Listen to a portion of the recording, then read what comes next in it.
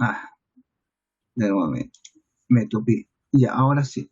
Entonces voy a compartir con ustedes, voy a presentar un poco de epistemología, que es lo que su grupo hicieron muy bien.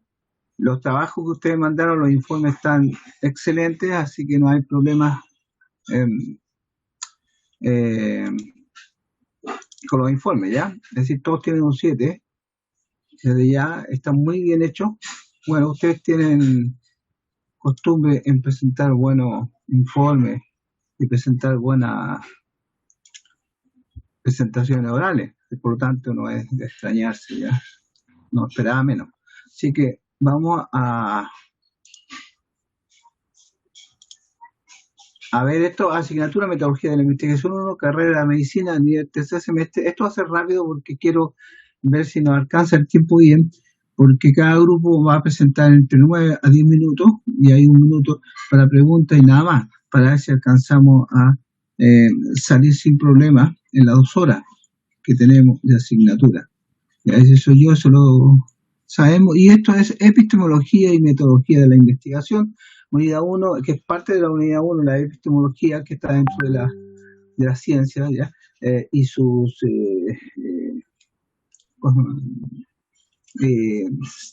seguidores, digamos, ¿ya? Y objeto de alcance, etapas en el desarrollo histórico, disciplinar, epistemología, filosofía, historia de la ciencia, ¿ya? Y si nosotros, por supuesto, hablamos de epistemología, estamos generalmente muy cerca de las ciencias. Generalmente muchas personas eh, los confunden y piensan que es lo mismo, ¿ya? Que la ciencia y la epistemología, o que una deriva de la otra, ¿ya? Y que una sin la otra no es una ciencia. Eh, la epistemología, objeto y alcance en la actualidad. En la actualidad estamos hablando de ahora. Disciplina de origen filosófico que estudia a la ciencia en todas sus manifestaciones y los problemas derivados del conocimiento científico, ¿ya? Y es por eso porque se ocupa de estudiar el conocimiento. Disciplina que problematiza sobre las particularidades del conocimiento científico, sus métodos y aplicaciones, y también evalúa sus resultados. Pero como ustedes van a ver, empieza a haber ya un poco de conflicto en lo que respecta, por ejemplo, el método científico, ya de todas las maneras en que este se expresa. En todas las áreas se expresa de diferente manera el método científico. Las ciencias sociales, por ejemplo, historia y todas esas ciencias, sociología, ya trata de seguir el método científico de alguna manera, siguiendo los alcances que este método tiene en las ciencias naturales, ¿ya? O las ciencias médicas. Pero todos tratan, y eso es lo importante, ¿ya? Eh, Disciplina que problematiza sobre las particularidades del conocimiento científico, sus métodos y aplicaciones, y también evalúa sus resultados. Es una reflexión filosófica especializada sobre las dimensiones constitutivas de la ciencia, ¿ya? Y ustedes están viendo de que estas reflexiones ya son del año 2006, la otra de 1998, es decir, bien contemporáneas, ¿ya? Generalmente se asocia siempre a los antiguos filósofos o cultores, ¿ya? de, de estos términos, pero como ustedes ven, también ya estos términos evolucionan y evolucionan con las personas. La actividad o investigación científica, el producto de esa actividad, el conocimiento científico, que es lo que se trata, el método particular en que se obtiene ese conocimiento, el método científico. La epistemología es a la ciencia lo que la crítica de arte es al fenómeno estético, ¿entiendes? El artista produce obras de arte, el crítico las analiza, el científico produce teorías y prácticas científicas, el epistemólogo reflexiona sobre ellas, ¿ya? Desde un punto de vista hasta cierto punto objetivo, porque como ustedes saben, la estética es un valor y está ahí, ¿ya? Pero la estética, lo que es estético o hermoso para usted, para mí no puede ser tan muy hermoso. Entonces es un poco objetivo y un poco desde el punto de vista de cada uno, como uno ve, ¿ya? a la estética es subjetivo, a pesar de que la estética, como le digo, es un valor y los valores son objetivos, ¿ya? Usted no puede destruir a la estética, ¿ya? No puede decir esa cosa es fea y la destruye, ¿no? Porque hay otra persona que puede pensar de que es hermoso para él, ¿ya? Eh, pero también se dice que el científico también es un ser humano, como dice acá arriba. La epistemología y la ciencia bajo la lupa, ¿ya? La epistemología pone a la ciencia bajo la lupa. Pregunta, ¿qué se hace la epistemología? ¿En qué consiste la actividad científica? ¿Es la ciencia una actividad universal? ¿Todas las sociedades desarrollaron esta actividad que hoy llamamos ciencia? ¿Qué es el conocimiento científico? ¿Cuáles son los rasgos distintivos del conocimiento científico? ¿Qué lo diferencia de otros tipos de conocimiento? ¿Es el conocimiento científico superior a otros tipos de conocimiento? ¿Cómo se hace ciencia? ¿En qué consiste la actividad científica? ¿Cómo obtiene conocimiento científico? ¿Cuál es el punto de partida de la ciencia de la actividad científica? ¿Qué son las teorías científicas? ¿Cómo se elaboran? ¿En base a qué criterios se establece la validez de las teorías científicas? ¿Qué papel juega el contexto social y cultural de una época en la elaboración y validación de las teorías científicas? Y esto fue precisamente lo que ustedes hicieron, ¿ya? En el taller pasado. Tratar de responder estas preguntas, ¿ya? Aquí llegó otro señor. Epistemología es teoría filosófica que explica naturaleza y los límites del conocimiento científico, ¿ya? Es una teoría básica de la ciencia que estudia críticamente los principios, las hipótesis y los resultados de las diversas ciencias con el propósito de determinar su origen, estructura, valor y alcance objetivo. Como ustedes ven, también se va hacia las ciencias, hacia las teorías básicas, ¿ya? Y la critica, ya no es solamente una parte de la filosofía que se centraba en conceptos difíciles de entender, porque si hay algo difícil de entender, generalmente es la filosofía, sobre todo cuando se mete en el campo de la metafísica, ¿no? En el estudio del ser, del existir, ¿ya? Y ahí empezamos a ver, nos entrabamos en términos que generalmente no llevan a ninguna cosa, que solamente llevan a discusión, pero que no tienen fin, ¿ya? El tema de la existencia o del ser es un tema antiguo, se lo han preguntado toda la vida, desde la existencia del ser humano, desde que tiene conciencia, desde que puede escribir su historia, desde que puede pensar, se ha preguntado lo mismo, y aún no estamos preguntando lo mismo, porque si yo les pregunto a usted, a alguno de ustedes, ¿qué es para usted existir? ¿Ya? ¿Qué es para usted existir? ¿Ya? Y van a ver de qué está para que esta pregunta que parece tan simple se les complica porque no van a saber, es decir, es complejo dar una definición clara o una respuesta bien clara y definitiva que es existir o que es el ser, ¿ya? Y se les complica, a pesar que parece muy simple. La epistemología es teoría filosófica que explica la naturaleza y los límites del conocimiento científico. Es una teoría básica de la ciencia que estudia críticamente los principios, las hipótesis y los resultados de las diversas ciencias con el propósito de determinar su origen, estructura, valor y alcance objetivo.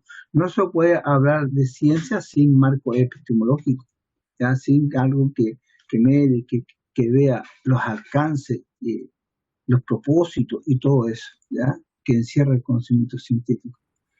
Pregunta que se hace la epistemología, ¿ya? ¿La ciencia es conocimiento puro? Con respecto a la ciencia, ¿eh? ¿La ciencia es conocimiento puro o tiene alguna utilidad para la sociedad? ¿Está la ciencia atravesada por valores? ¿Cuáles son estos valores? ¿Los científicos son responsables del uso que se haga de sus teorías fuera de los laboratorios? ¿Puede ser neutral la ciencia? ¿En qué consiste el problema de la neutralidad de la ciencia? Y ustedes ven que en el caso, por ejemplo, de la medicina, el conocimiento científico está bien restringido. Ustedes no es llegar y hacer un estudio y que ustedes puedan hacer lo que quieran, sino que tienen que pasar por por una serie de comités de ética, bioética, de transparencia, uso, ¿ya? Y permiso, para que ustedes puedan hacer uso de su ciencia directamente en ser humano, ¿ya? Eso está muy reglado, ¿ya? Entonces, se hacen esas preguntas. A lo largo de la historia se han elaborado distintas respuestas para estas preguntas, paradigmas históricos sobre la ciencia y el conocimiento científico, y los paradigmas continúan, ya continúan. La epistemología, breve recorrido histórico, en su origen íntimamente ligada a la filosofía e identificada con la teoría del conocimiento o genociología, rama de la filosofía que estudia los problemas del conocimiento humano. Hacia la segunda mitad del siglo XIX emerge como un área específica de la filosofía, diferenciada de la teoría del conocimiento, y recién se separa. En la segunda década del siglo XX se consolida como una reflexión filosófica especializada sobre el conocimiento científico, y ahí se establece, y ahí empieza a ejercer su dominio y su validez, ¿ya? Validez como ciencia individual, como ciencia sola. Teoría del conocimiento ahora, ¿ya? Que es lo que estudia ¿qué es el conocimiento? ¿Cómo es posible el conocimiento? ¿Cómo emergen? ¿Ya? ¿Cuál es su origen? La razón, los sentidos, ambos. ¿Cómo es la relación entre un sujeto que conoce y el objeto que intenta conocer? ¿Cuáles son los tipos de conocimiento posibles? ¿A qué llamamos verdad?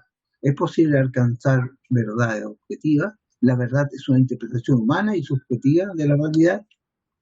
Ya, todo eso son preguntas, ¿ya? Que se hacían ahora y que se han hecho desde hace muchos siglos acá, ¿ya? No sé si ustedes recuerdan el mito de la caverna, de la caverna de Platón. Y ahí, ya en el mito de la caverna de Platón, Platón dice que solamente vemos sombra, ¿ya? De la verdad, ¿ya? Pero que no alcanzamos a conocer la verdad pura. Solamente vemos sombra de verdad. Y que para eso, para conocer la verdad, debemos hacer lo que se hace ahora, investigar, ¿ya? Y de todas maneras, jamás tenemos una verdad completamente pura o total. Epistemología, medicina basada en evidencia. Y ahí entra, por ejemplo, la medicina basada en evidencia, que es lo que la medicina actual, ¿ya? Aplica mucho. En la actualidad casi todos los hospitales o centros médicos se utiliza mucho la medicina basada en evidencia, que se especializa, ¿ya? Que se especializa en crear. Nosotros vamos a ver también esto ya en una clase que se especializa en buscar información que avale lo que ellos están haciendo, ¿ya? Y como punta de ley, lo más importante, ¿ya? Tiene el metaanálisis, ¿ya? Es decir, la búsqueda de conocimiento que otros han hecho y que han pasado por alto quizás, y buscar relación entre todos los estudios que se han hecho para lograr sacar alguna conclusión o algo que les pueda servir, ¿ya? Para apoyar lo que ellos están diciendo. Y ese metaanálisis, bueno, se basa en lo que está publicado, en lo que uno está pidiendo. Es decir, usted para hacer algo tiene que hacer un marco teórico, tiene que hacer un estado del arte, ¿ya? Y eso se basa en hacer un pequeño metaanálisis y búsqueda ya profunda de lo que existe sobre lo que usted está queriendo hacer, ¿ya? El positivismo lógico está conectado con la filosofía analítica, basada en el análisis lingüístico, y aboga por aplicar al comportamiento humano aquellos hechos que puedan ser probados. Todo se verifica, y eso es la medicina basada en evidencia. Todo se verifica y todo se... pero la epistemología ya no nos deja, ¿cómo se llama? que sea así tan fácil. No deja que esta medicina basada en la evidencia en la que se basa prácticamente la medicina actual eh, pase así en forma eh, en forma que nadie la critique, sino que también le dijese algunas críticas, ¿ya? Medicina basada en evidencia es el intento de la explicación matemática de la experiencia de la vida, la generalización de las prácticas científicas en la vida cotidiana, la aplicación de conceptos éticos a unos valores que estaban determinados previamente a la toma de decisiones éticas, de objetivos fijos, todo lo que se le está pidiendo, ¿ya? La medicina basada en evidencia pide siempre que todo lo que se hace haya sido ya descrito y haya sido ya descubierto y haya eh, hechos ya que apoyen las decisiones tomadas finalmente. Crítica a la medicina basada en evidencia, neopositivismo, movimiento filosófico que resalta la importancia de la comprobación científica de los conceptos filosóficos y cuyo principal tema de preocupación es el análisis de la significación por medio de un análisis lógico del lenguaje, ¿ya? Y ustedes ven de que, que el lenguaje que se empieza a poner un poco más explicado, ¿ya? Pero aquí lo que se trata de decir de que el neopositivismo no es tan aplicable, ¿ya? Es decir, directamente 100% aplicable a la medicina basada en evidencia, ¿ya? Y aquí dice el empirismo lógico, también llamado neopositivismo, positivismo lógico o empirismo racional, es una corriente en la filosofía de la ciencia que limita la validez del método científico a lo empírico y verificable. Entonces, esta es la crítica que le hace, ¿ya? Que le hace la epistemología, ¿ya? Al neopositivismo, ¿ya? Que es una corriente en la filosofía de la ciencia que limita la validez del método científico a lo empírico y verificable solamente, ¿ya? Es decir, como que pone en duda la efectividad 100% en todas las áreas del saber, del conocimiento humano, del método científico, ¿ya? Porque el método científico es lo empírico y verificable junto, es la experiencia, pero también la experiencia que puede ser verificada. Y ahí se le hace la crítica a la medicina basada en evidencia por un montón de cosas, ¿ya?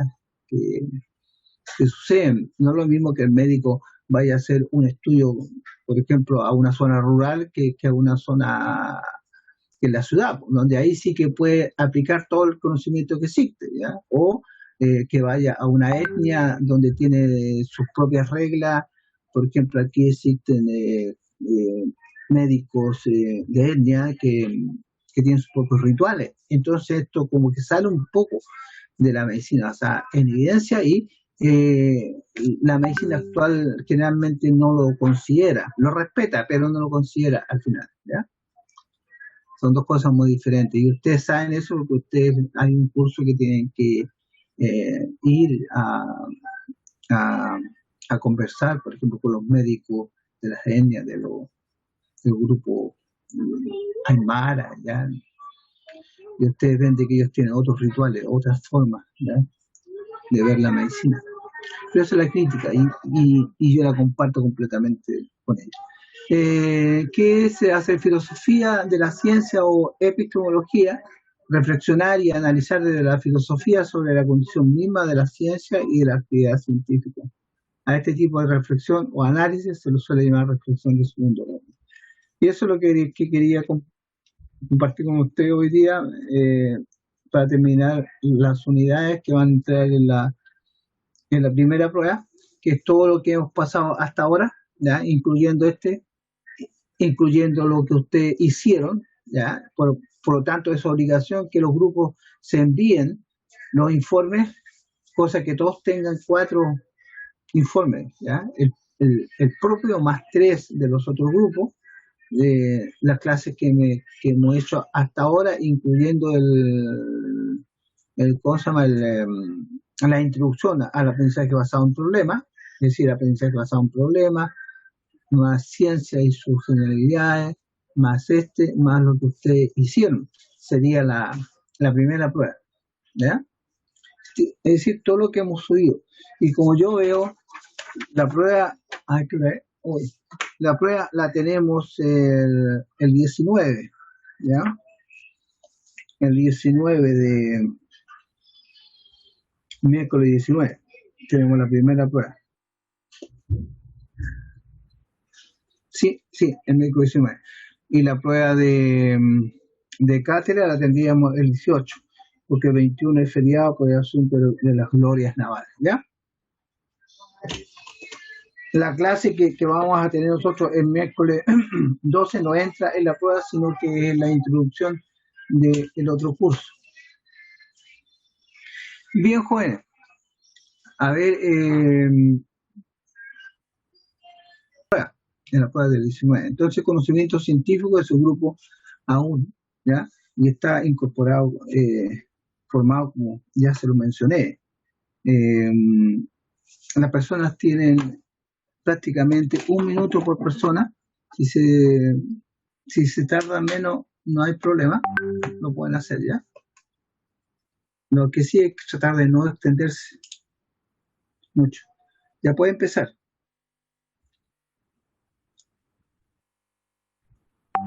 Buenos días, profesor y compañeros. Mi nombre es Fernando Beizán y vamos a presentar el tema del conocimiento científico. Corresponde al grupo 1A. Ok. La hipótesis fue: el conocimiento científico es la base para la sociedad actual debido a su capacidad de entregar nuevos conocimientos y satisfacer las necesidades humanas. Ahora, si nos vamos a la pregunta, ¿qué es el conocimiento científico? Próxima diapositiva, por favor. En palabras sencillas, el conocimiento científico es un conjunto ordenado, comprobado y sistematizado de saberes que son obtenidos de forma metódica y sistemática. Se basa en el método científico para realizar estudios e investigaciones que permitan obtener conocimiento con la suficiente validez científica. Este conocimiento se caracteriza por ser tanto crítico como ordenado, objetivo, coherente y universal.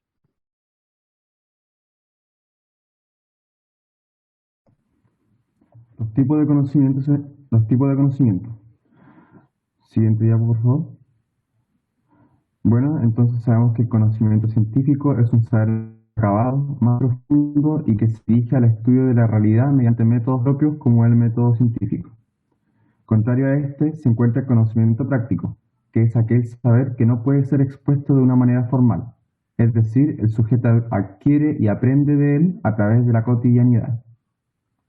Por otro lado, el conocimiento puede ser categorizado bajo otras dos concepciones, el conocimiento implícito y el conocimiento explícito.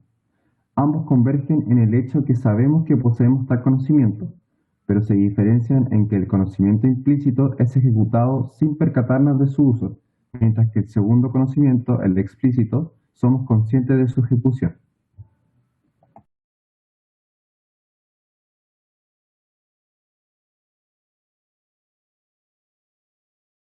Y los primeros pensadores en dar origen a este interrogante. El origen comienza en Grecia y los primeros pensadores en dar origen a este interrogante fueron Platón y Aristóteles.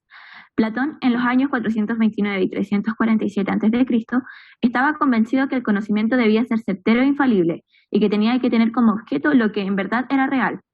Medio siglo después, en los años 384 y 322 a.C., Aristóteles se opone a la idea de Platón y afirma que el conocimiento se deriva de la experiencia y que existen 3 tipos de conocimientos: la experiencia, la ciencia y la inteligencia.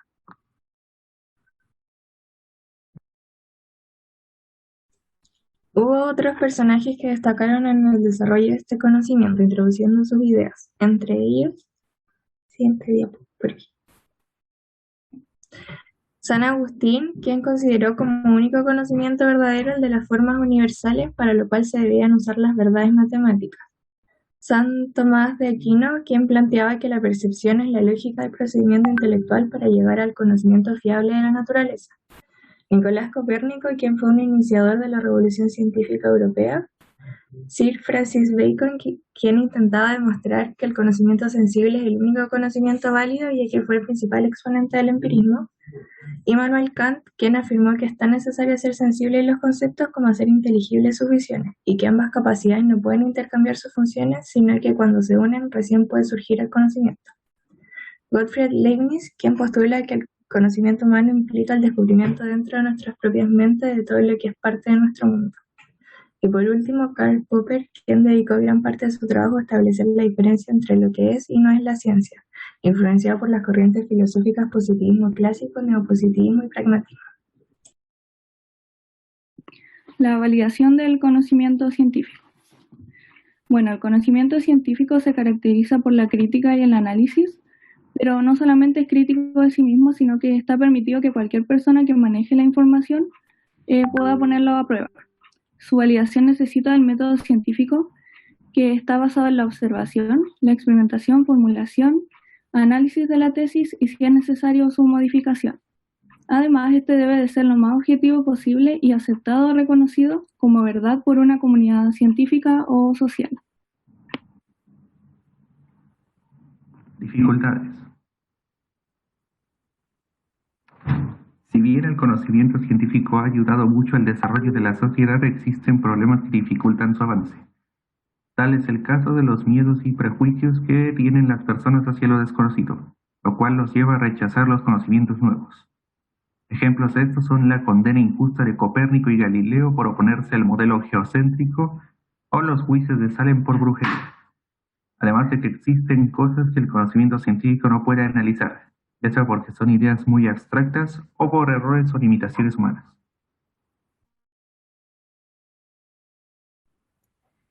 Dentro de la importancia del conocimiento científico, siguiente, por favor, hallamos que esta es una de las vías más importantes de acceso al conocimiento, por lo que permite ofrecer soluciones racionales para desafíos de la vida cotidiana, ayuda a desarrollar el espíritu crítico a través del desarrollo de la cultura científica, explica objetivamente el porqué de las cosas y también es imprescindible en diversas disciplinas.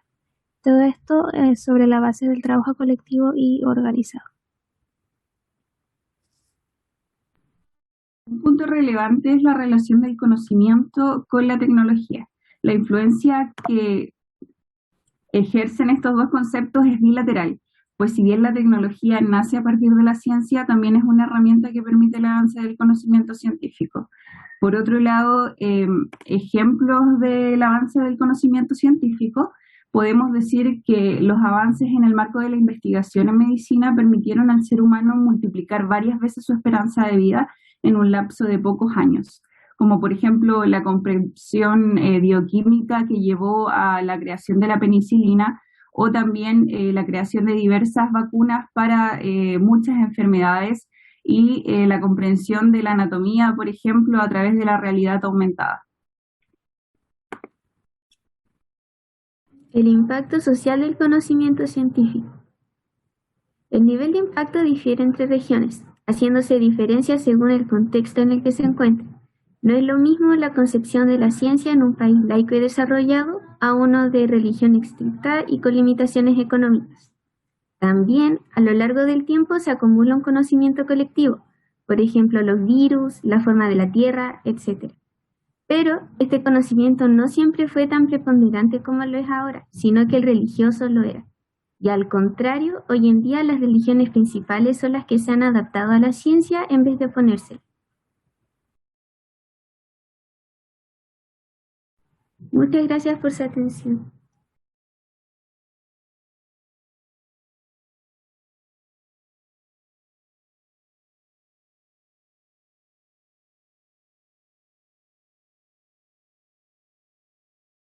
El profe está muteado.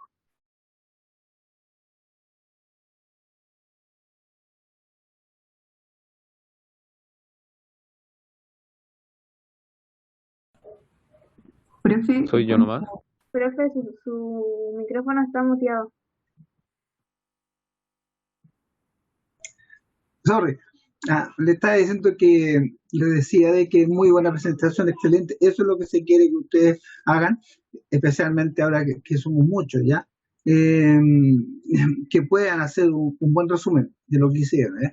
Los trabajos que enviaron, los, los reportes que enviaron también están bien programados, bien escritos, y es fácil seguir la lectura para que ustedes lo estudien para la prueba que viene el 19, ¿ya? ¿Alguna pregunta? ¿Alguien tiene algo que quiera consultarle a los expositores?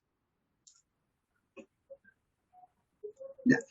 Dentro del conocimiento actual que usted, o sea, uno va eh, conociendo esto, es decir, adentrándose al conocimiento científico en base a hitos que van sucediendo, que lo impactan a uno y eso cambia la vida, cambia el paradigma y aparece otro paradigma, ¿cierto? ¿Cuál creen ustedes que fue el paradigma que nos aparece acá? El paradigma que nos cambió la vida científicamente, ¿ya? Científicamente y que cambió todo en realidad, no solamente en la parte científica, sino economía, que se produjo una, una apertura, ¿ya? A nuevas esperanzas, a nuevos conocimientos de la vida, ¿ya? Y que por supuesto trae consigo lo que usted dijo ahora, es decir, que la vida se ha extendido, ¿cierto? Y en Chile es fácil encontrar gente que vive 100 años, 90 años, 100 años, ¿eh? En la actualidad. ¿Cuál cree usted que fue un hito muy importante, ya? Ya, eso se lo pregunto porque la medicina basada, la medicina basada en problemas se trata de eso, de que ustedes vayan recordando cosas que ustedes ya saben, ya, en base al conocimiento que van adquiriendo ahora en forma organizada, ya, como es un curso. ¿Cuál cree usted que es el hito más importante, ya, a partir de este siglo en ciencia y en toda la vida en realidad, porque afectó a todo, la cuestión económica que no se ve?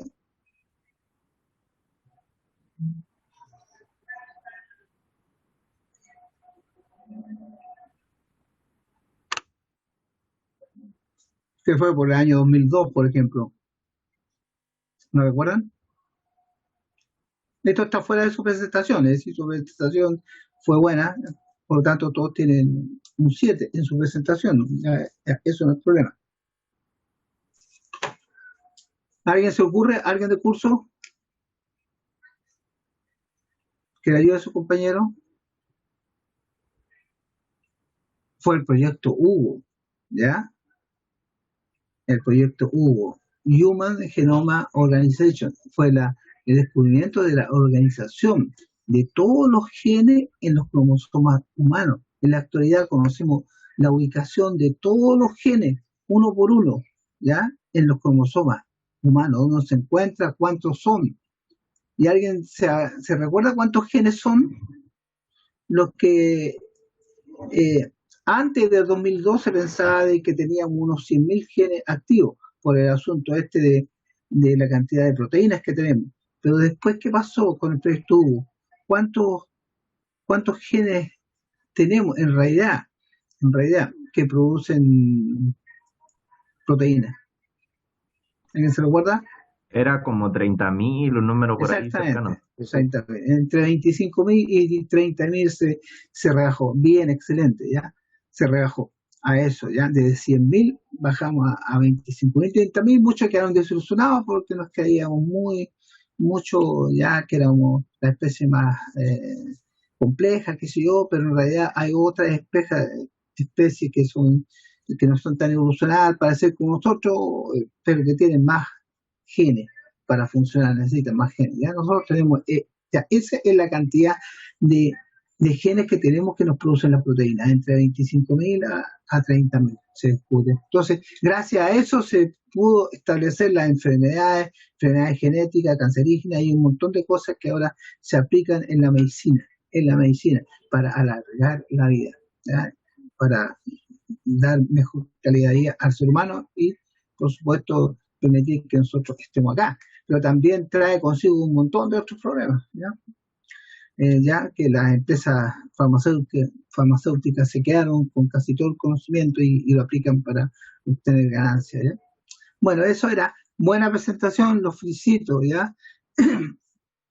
Ahora viene el segundo grupo.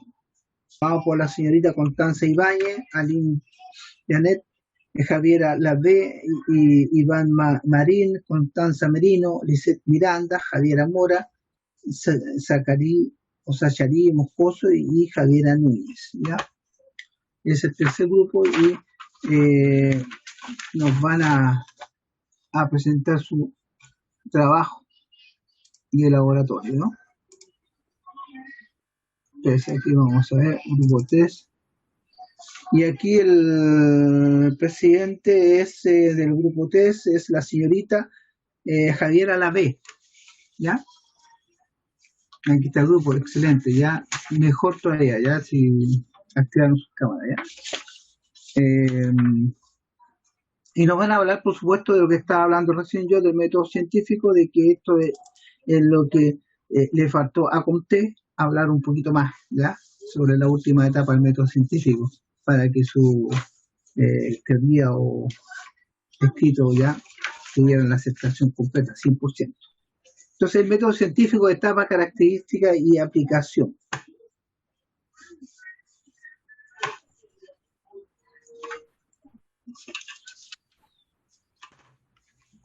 Cuando ustedes estimen conveniente, jóvenes, pongamos atención a la presentación de sus colegas, por favor, y tratemos de hacer alguna pregunta. Aparte, los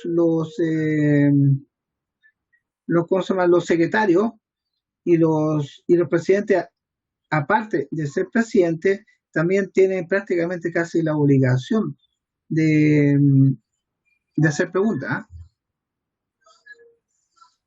Porque son los representantes del grupo, los que van a sacar la cara por el grupo, ¿ya? Ok, cuando ustedes quieran, empiezan. Ya. Buenos días, profesor y compañeros. Hoy con mi grupo les hablaremos sobre el método científico, etapas, características y aplicación.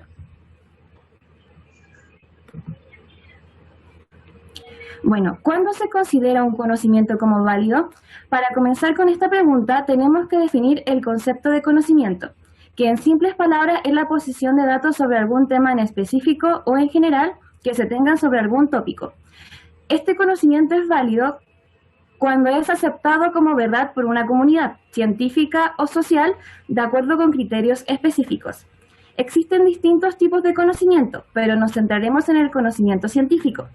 Este es el más aceptado, ya que utiliza el método científico para su validación, donde hay que recorrer una serie de etapas para llegar a una conclusión.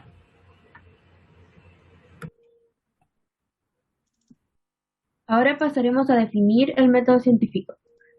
El método científico es una herramienta usada en la investigación para poder producir conocimiento que tenga una validez científica. Posee dos características principales: la reproducibilidad, que es la capacidad del experimento para ser reproducido por personas independientes del estudio y que éstas logren obtener los mismos resultados si es que se encuentran bajo las mismas condiciones. Esto se usa para comprobar que el diseño experimental no contiene errores. La refutabilidad, en cambio, es la capacidad de que la conclusión alcanzada en el estudio pueda ser considerada errónea porque otros investigadores llegaron a una conclusión diferente.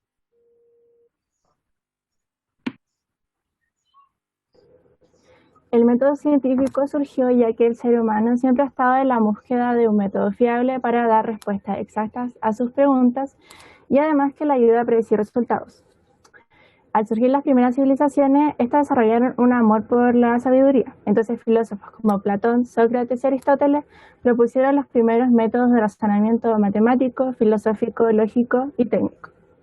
Más tarde, en la época moderna, surge una nueva filosofía natural, comenzando con la obra de Descartes, El discurso del método, en donde se buscaba hallar la verdad en las ciencias. Galileo Galilei respaldó el método científico y contribuyó a crear los pilares de este, separando el conocimiento científico de la tradición y la fe.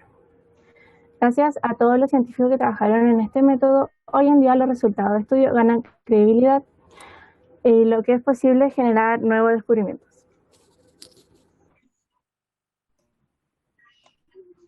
Objetivo del método científico. Su objetivo es llegar a la verdad fáctica, o sea, crear enunciados basados en hechos y no solo en la teoría. Comprueba una hipótesis a través de la observación y la experimentación. También el método científico busca que se perpetúe el conocimiento, permitiendo que los alcances de la ciencia y sus proyecciones no mueran en la mente de sus pensadores, sino que se transmitan y se crea una puerta de la ciencia.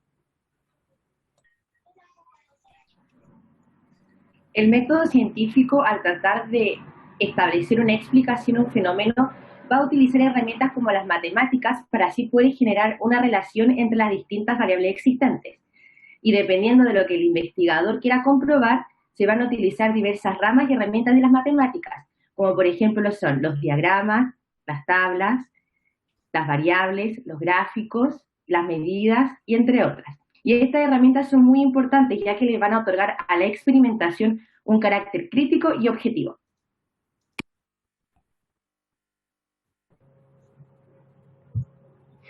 El método científico debe desarrollar y superar distintas etapas, llamadas fases del método científico, las cuales son: la primera fase de la observación, etapa donde se obtienen los datos necesarios que se utilizarán en etapas posteriores, por lo que deben ser objetivos. La segunda fase es el planteamiento del problema.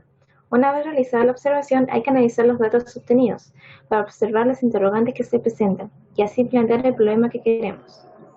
La tercera fase, la formulación de la hipótesis. El investigador reflexiona los hechos ofreciendo una explicación temporal que permita solucionar el problema planteado anteriormente.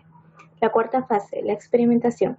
Se llevan a cabo distintos experimentos que tendrán como fin rebatir la hipótesis propuesta. La quinta fase, análisis de los resultados. Los resultados obtenidos en la experimentación deben ser analizados, ya que con ello la hipótesis se podrá comprobar o refutar. La sexta fase, conclusión. Al terminar de analizar los resultados, estos pueden confirmar la hipótesis o pueden refutarla. En ese caso, se deberá desarrollar una nueva. Y la séptima fase, comunicación de los hallazgos. Los resultados se pueden comunicar mediante artículos en revistas o en congresos. Diferencias entre teoría, ley y postulado. Una teoría es una explicación e interpretación de los fenómenos observados. Puede ser modificada a medida que va surgiendo nueva información, y la teoría engloba a todos los objetos de un ámbito de estudio. Por ejemplo, en la teoría de evolución se involucran a todos los seres vivos. Y mientras en la ley se describe un fenómeno, pero no se explica el por qué ocurre. Está altamente corroborada, no se puede modificar como a diferencia de la teoría. Tiene una fórmula matemática que la apoya y esta nos ayuda a predecir los fenómenos. Un ejemplo de esto son las leyes de la herencia de Mendel. Y por último, un postulado es un principio de una teoría científica, como lo son los postulados de la teoría celular.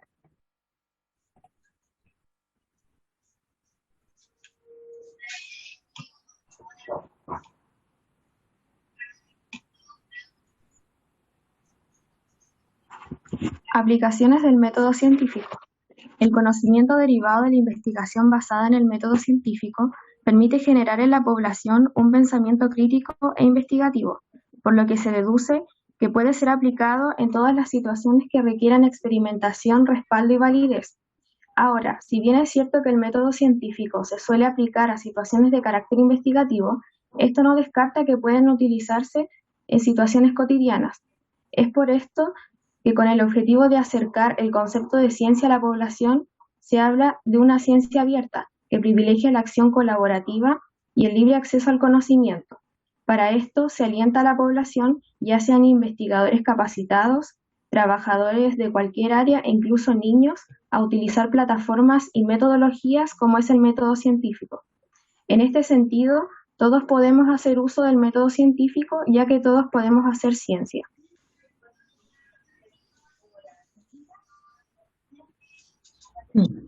Ahora, a modo de conclusión, ¿es fiable el método científico? La fiabilidad es un concepto aplicado a una herramienta de estudio y hace referencia a la precisión de esta. Mientras más alta sea la fiabilidad de un estudio, menor será la cantidad de errores aleatorios e impredecibles que pudiesen existir al utilizar esta herramienta. El método científico en sí mismo es un instrumento de investigación y es utilizado para la producción del conocimiento de las ciencias. Va a tener sustento en lo empírico y en la medición.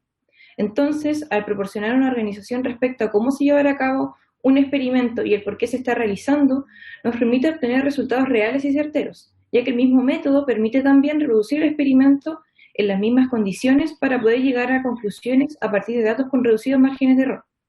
Por lo tanto, si es que se tiene un buen conocimiento y manejo del método científico y sus etapas, se podrá poner en práctica y sustentar futuras investigaciones. Gracias por su atención. Gracias, muchas gracias. Buena presentación, estoy conectado, sí. Ya deje de compartir. Ya, gracias. Buena presentación, adecuada también, como sus compañeros echaron 8 minutos, aproximadamente 8 minutos, 7 minutos y tanto, ¿ya? Buen trabajo también, buena presentación, buen resumen. No olviden que eso tiene que enviar a sus compañeros. También tiene un 7 en la presentación y un 7 en su informe, ¿ya? Todos tienen un 7 en los informes, están muy bien hechos. Es fácil de leer, comprensible. ¿Alguna pregunta sobre el método científico a sus compañeros? Que es algo que nosotros usamos diariamente. ¿Ya? Yo tengo una. Compañeros. Hágasela.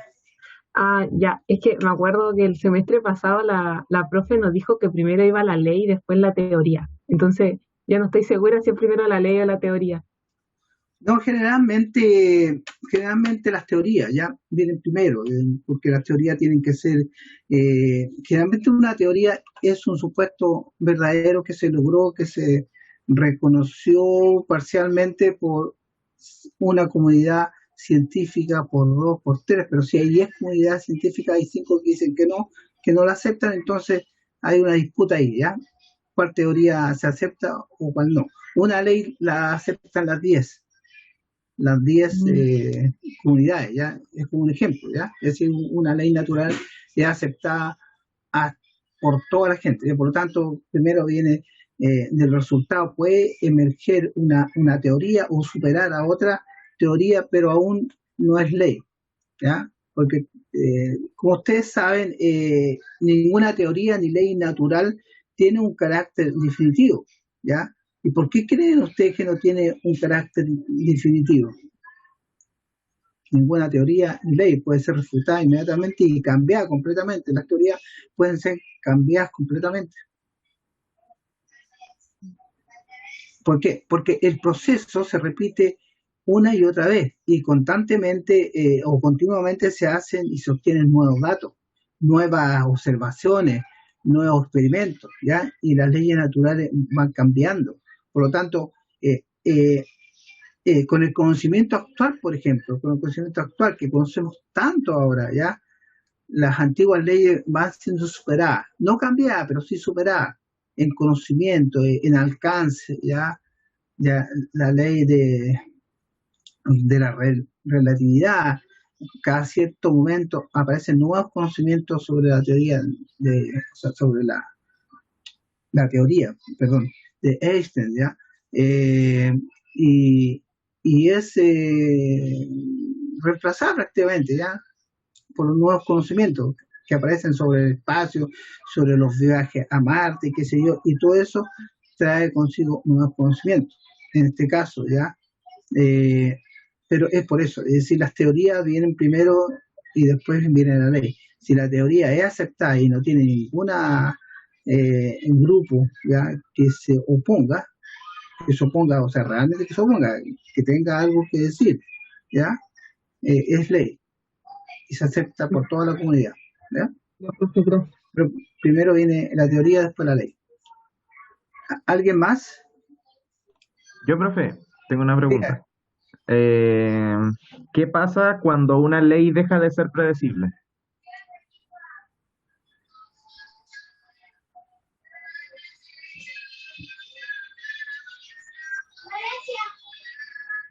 ¿Alguien?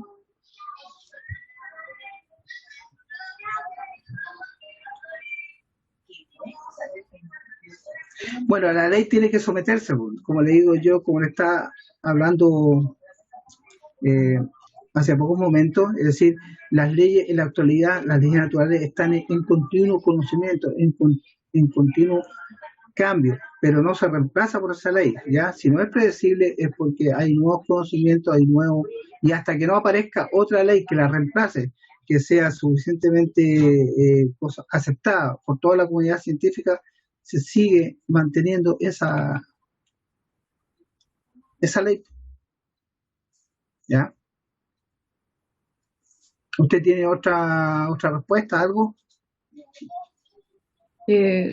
O sea, a partir de lo mismo que dijo usted, que puede ser esos casos que se escapan de la ley cuando no son predecibles y se consideran como excepciones de la ley solamente. Eso. Sí, porque las viejas leyes naturales, por ejemplo, se ven constantemente superadas, ¿ya? Como le dije, por otras más generales. Y la ley, ya que era una ley, pero exacta, se va haciendo general, ¿ya? Que explican todo cuanto explicaban las antiguas y un poco más de lo que explicaban las antiguas. Entonces se va haciendo más general, menos predecible, como usted dijo, y porque son más generales, ¿ya? Entonces las leyes van abarcando más cosas, se van haciendo más generales. Por ejemplo, la expansión del espacio nos ha abierto una cantidad de cosas, de un montón de leyes que se dan por sentado, y ya están cambiando la teoría de cuerda y todo eso, ya el movimiento ondulatorio nos ha cambiado constantemente, y es lo que nos ha permitido empezar a pensar en colonizar Marte y otros planetas, porque hasta hace poco no podíamos, ya, porque la ley de la relatividad nos impedía, ya, o la velocidad de la luz nos impedía, pero en la actualidad no. En la actualidad no, se habla de paso extra, de hoyos negros, se habla de un montón de otros conocimientos que están entrando a cada momento, ¿ya? Bien, jóvenes, buena presentación, como les digo, los felicito. Oye, el último grupo que tiene el tiempo justito parece, que es el grupo formado por la señorita Matilde Quiroga, el señor Matías Naval, la señorita Dafine Reinuava, la señora Estefan González, Pablo Sadera, María José Silva, Máximo Sosa, Arturo Soto, Christopher Soto, Constanza y Vergara, que tienen tiempo justito, ¿ya?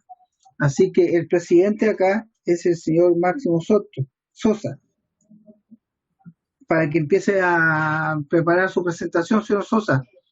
Ya, ¿Cómo está? perfecto. ¿Está listo? Ya. Sí, estamos listos. Arturo, ya, ¿puedes compartir, por favor? Ya, voy a compartir. Bueno, voy a abrir su grupo 4. También tiene un 7 la otra, el grupo 3. Ya, la primera presentación muy buena, así que todos tienen excelente nota. Ciencia, técnica y tecnología, que es otra área muy importante, es muy importante, ¿ya? Esta parte, porque es lo que nos enfrenta en la actualidad. El conocimiento, todo lo que ustedes hablaron anteriormente, ahora se refleja en la técnica y la tecnología, ¿ya? Que para muchos es un monstruo, especialmente la tecnología, es terrible, ¿ya? Ya, adelante. Ya. Buenos días, profesor y compañeros. ¿Qué pasó? Se dejó de ver. Ahí está. Buenos días, profesor y compañeros. El día de hoy presentaremos la investigación realizada por las personas que son mencionadas aquí en la presentación. Y el tema que venimos a desarrollar por nuestra parte es ciencia, técnica y tecnología. Y bueno, partiremos hablando sobre qué es la tecnología. La palabra tecnología tiene muchas acepciones y depende de la idea que cada autor tenga sobre ese concepto. Para efectos prácticos y con el objetivo de que podamos entenderla mejor, quiero definirla de la siguiente manera.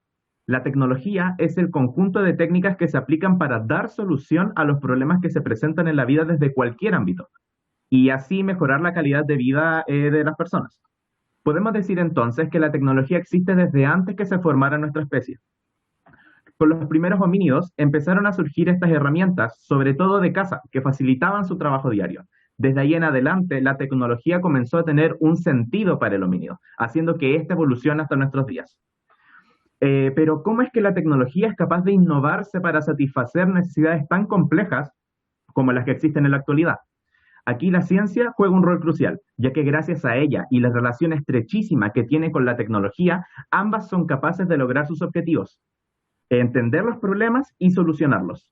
Su relación es casi simbiótica y se nutren constantemente la una a la otra. La ciencia generando tecnología y la tecnología permitiendo hacer ciencia. ¿Y de qué sirve la ciencia sin aplicarla? Antes de adentrarnos a esta pregunta, partiremos definiendo qué es la ciencia. Corresponde a un conjunto de conocimientos obtenidos mediante la observación y el razonamiento, sistemáticamente estructurados y de los que se deducen principios y leyes. Es decir, la ciencia es una actividad humana creativa cuyo objetivo es la comprensión de la naturaleza y cuyo producto es el conocimiento, obtenido mediante el método científico. Cabe destacar también su relación con la tecnología, ya que recurre a la ciencia y la enriquece, la hace avanzar. Al mismo tiempo, la ciencia depende de ella. Por lo tanto, sin la ciencia se perderían una de las cualidades humanas que más nos diferencian de otras especies, la necesidad de conocer el porqué de las cosas. La ciencia es justamente eso, entender los fundamentos de cualquier proceso físico, químico, médico, etc. Estos y muchos avances más, generados gracias a la ciencia y su posterior papel en la tecnología, nos dan la facultad de lo que somos hoy en día, de lograr dominar y entender una pequeña parte de este mundo como tal y las herramientas que nos entrega. Por lo que, si no se aplicara, la especie humana no sería muy diferente al resto de los primates. ¿Qué es la técnica? La técnica la palabra técnica proviene de derivados griegos, que su traducción quiere decir arte o ciencia, pero viendo más específicamente su significado según la RAE, que es conjuntos de procedimientos y recursos de que sirven a una ciencia o un arte, y también según lo que dijo Ortega y Gasset, el hombre empieza cuando empieza la técnica, y no hay hombre sin técnica. Podemos aplicar la palabra técnica muy específicamente a nosotros como seres humanos.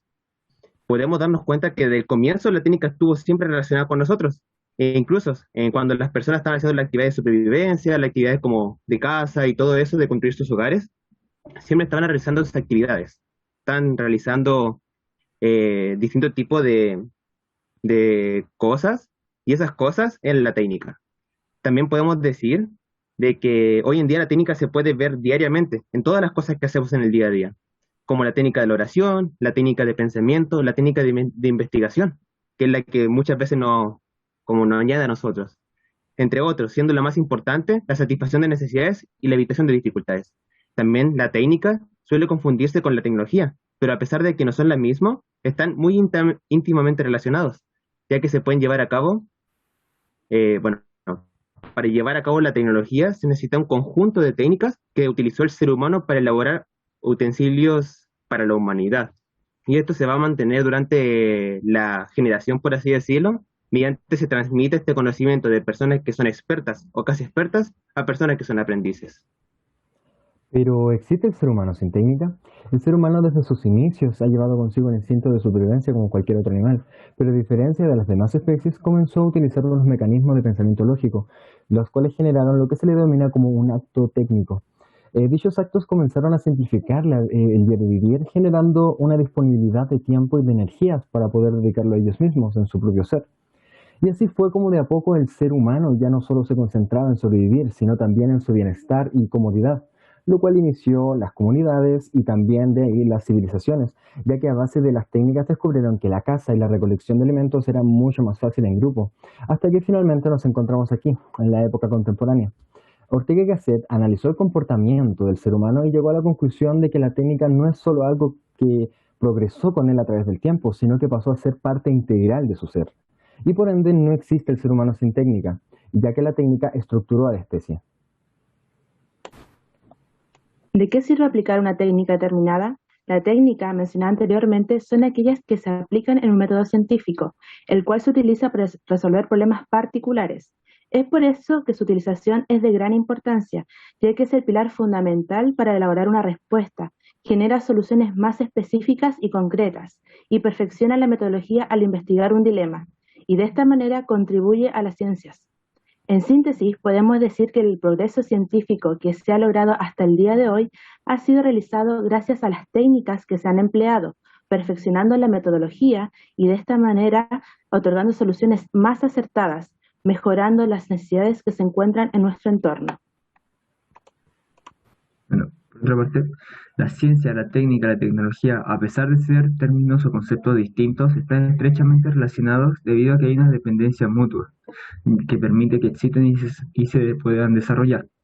Sin embargo, algunas bibliografías indican que algunos de estos términos dependen más del otro, como por ejemplo de que la tecnología necesita de la ciencia para poder desarrollarse, pero se puede dar lo contrario, y esto lo podemos ver en la creación de la máquina a vapor que se creó antes de que se hubiera desarrollado el conocimiento suficiente o el conocimiento de la termodinámica para poder explicar su funcionamiento.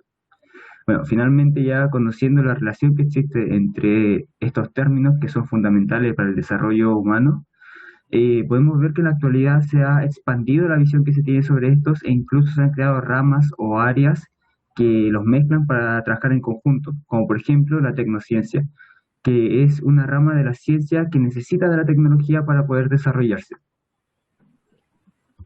Entonces surge la pregunta, ¿mejora la calidad de vida? La técnica, junto con la tecnología y la ciencia primordialmente, han sido capaces de ofrecernos soluciones para los diversos desafíos de la vida cotidiana. Nos permite vivir más tiempo, mejora nuestra salud, ha curado y aminorado el efecto de enfermedades, es capaz de aliviar dolor y sufrimiento, nos otorga vías y medios para acceder más óptimamente a necesidades básicas, comida, energía, agua, etc. También tiene un papel fundamental en la vía hacia el acceso a nuevos conocimientos, otorgándonos de esta manera mejoras en la educación y con ello aumento de nuestra calidad de vida. Por tanto, estos tres conceptos, técnica, tecnología y ciencia, son los que nos han permitido el avance del conocimiento y la calidad de vida. Y es que, a medida que pasa el tiempo, son cada vez más los aportes que se realizan en pos de conseguir una calidad de vida más favorable y óptima para nuestro panorama actual. Cada vez nos vemos enfrentados a nuevas dificultades, nuevos retos, que son los que finalmente van a estimular el avance y desarrollo de la tecnología y la ciencia. Aspectos positivos de la tecnología. El gran avance de la tecnología en los últimos años ha convertido esta en una herramienta fundamental en variados y distintos aspectos tanto de la vida diaria como profesional. Los aparatos a los que hoy llamamos inteligentes y el acceso a Internet son motivo de grandes cambios en el ser humano, que logran redefinir la manera en que nos relacionamos y las formas en que obtenemos conocimiento. El desarrollo de la tecnología permitió y permite avances en distintas ciencias. En cuanto a la medicina, gracias a esta podemos obtener más información respecto a las enfermedades y nuevos tratamientos. Asimismo, nos permite descubrir nuevas enfermedades y además mejora la eficacia y rapidez en que se realizan los exámenes y estudios. De esta forma, el avance en diferentes ciencias permite el desarrollo y especialización en distintas áreas de trabajo. Es por eso que la tecnología ayuda a que exista una mayor empleabilidad.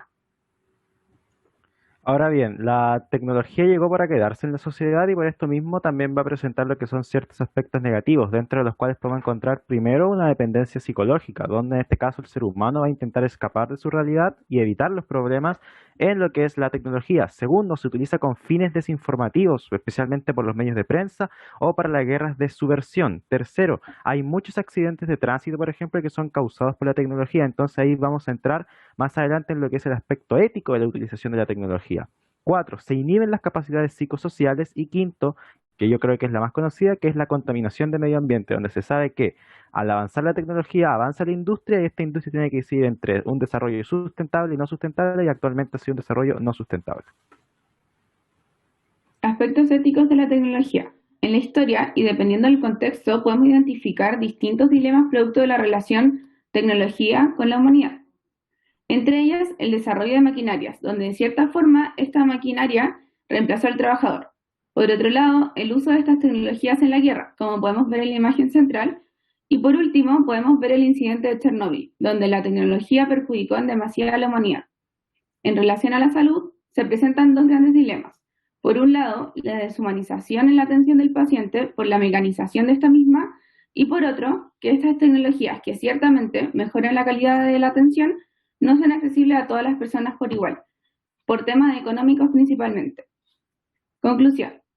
De nuestra representación podemos concluir que pese a que ciencia, tecnología y técnica comúnmente se cree son conceptos alejados entre sí, en la práctica son dependientes. La tecnología no puede existir sin ciencia y sin técnica. Se relacionan e intersectan para brindarnos una mejor calidad de vida. Sin perjuicio de lo anterior y por lo expuesto también, pueden ser perjudiciales para el ser humano y para la humanidad. A continuación mostraremos la bibliografía que usamos para realizar nuestra disertación.